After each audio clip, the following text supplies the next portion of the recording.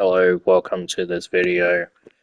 In this video, I'm going to show you how you can get your 3D models to look like this to this. So the first thing that I'll change is the sun and sky. I might change the sun color to something more plain like that.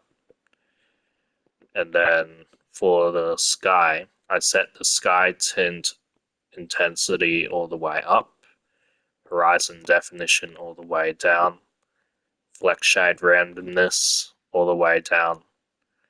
And I usually go for a color that's kind of neutral, and then just change the angle of the sky, of the sun a little bit so that you get something that looks like an overcast kind of day.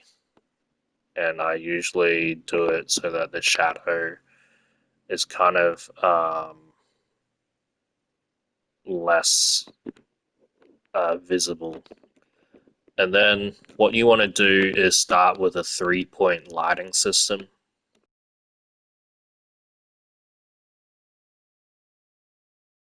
It doesn't have to be like mathematically correct or anything. You just want it roughly in, like, think of a cube, but then have the lights roughly at those corners. Right now, the lights, they are too intense. Make it less intense, like around like 5, between 0 and 10%. Make the beam angle go up more. You can see on the ground it has a harsh kind of gradient, so we can fix that with a fade angle, and it just smoothens the lights out a little bit. It's pretty much the same thing for this one as well.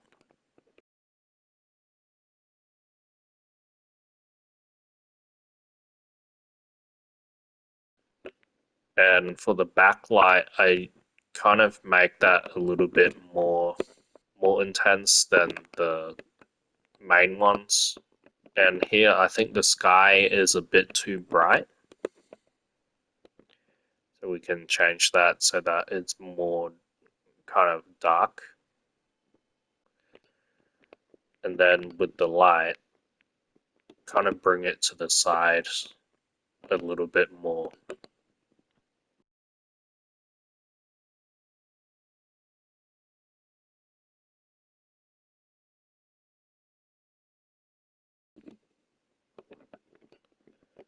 So that you get a nice gradient where it starts off really bright and then it kind of gradually fades into something darker.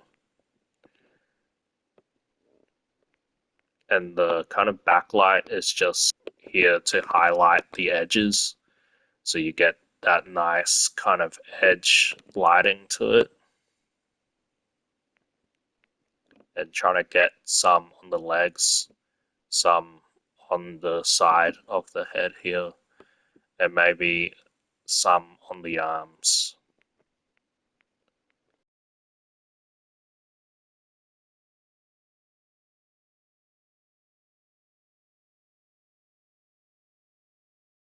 We want to avoid anything that feels flat, like a flat kind of color, and you want to position the light in a way where you get a dynamic range.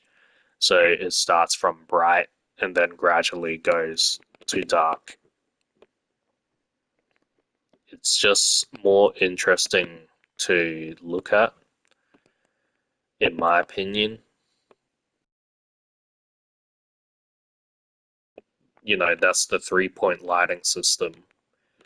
But then to make it even more nicer, you want to go in and then think about how the light bounces between like the shapes and stuff. Like here, he has white material on his shoes, so maybe the light might bounce between those materials and kind of bounce back a little bit. So I might add a light here to kind of simulate how it would bounce.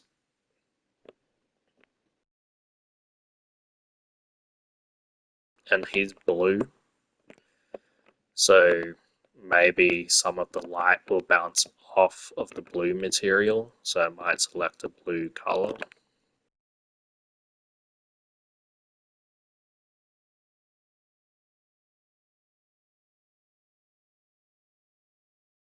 And then his shoes are red, so maybe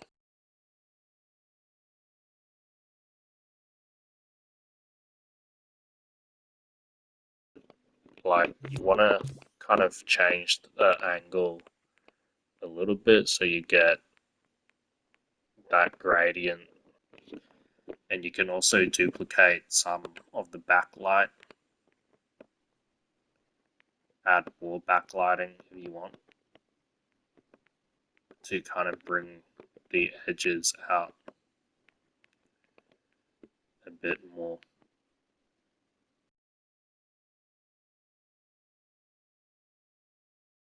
But to make it look even better, you can add a grade and effect and kind of desaturate it just a little bit,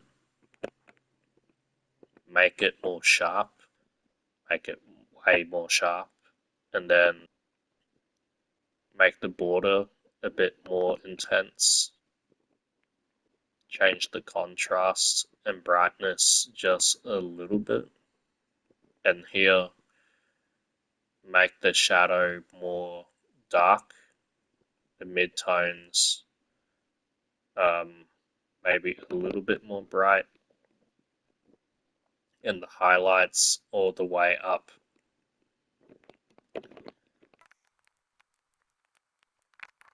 Yeah, it's just repositioning the lights a little bit here and there, and kind of using some backlight technique to bring out the edges a bit more to make it look like Disney quality kind of lighting, I guess.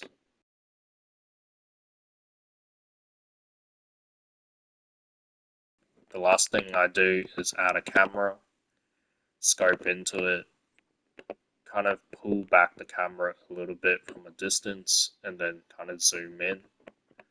I then blur, make the aperture go up all the way, and then change the distance until the model is in focus. So if you really want your model to look really clean, you can use the adjust detail tool to kind of make it more smooth. So yeah, that's pretty much how you can use lighting to really showcase your models. This is what it looked like before, and then this is what it kind of looks like after.